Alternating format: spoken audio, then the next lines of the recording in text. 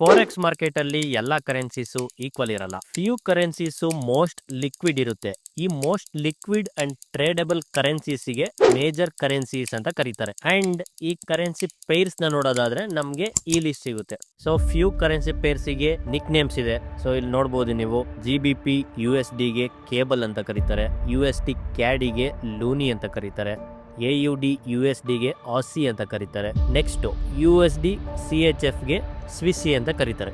ನಿಮ್ಗೆ ಏನ್ ಕಾಣಿಸ್ತಾ ಇದೆ ಇಲ್ಲಿ ಕರೆನ್ಸಿ ಪೇರ್ಸ್, ಫಾರೆಕ್ಸ್ ಮಾರ್ಕೆಟ್ ಅಲ್ಲಿ ಈ currency pairs most tradable and most liquid.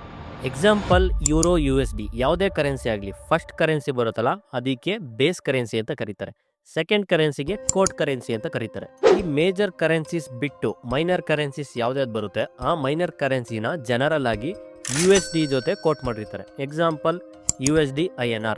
Next ಯಾವುದೇ ಕರೆನ್ಸಿ ಪೇರ್ ಆಗಲಿ ಆ ಕರೆನ್ಸಿ ಪೇರ್ ಅಲ್ಲಿ